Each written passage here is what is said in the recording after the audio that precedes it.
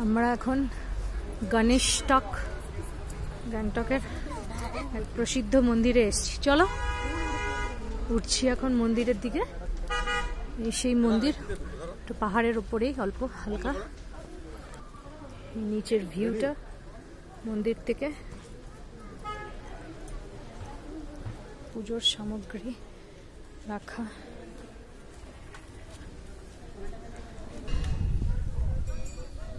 মন্দির সুন্দর, ঠাকুর ভালো লাগছে বেশ।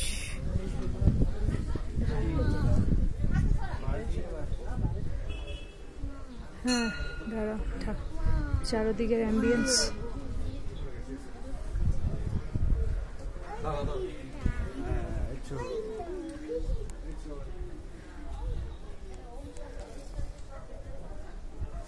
নমঃ শিবায় আছে,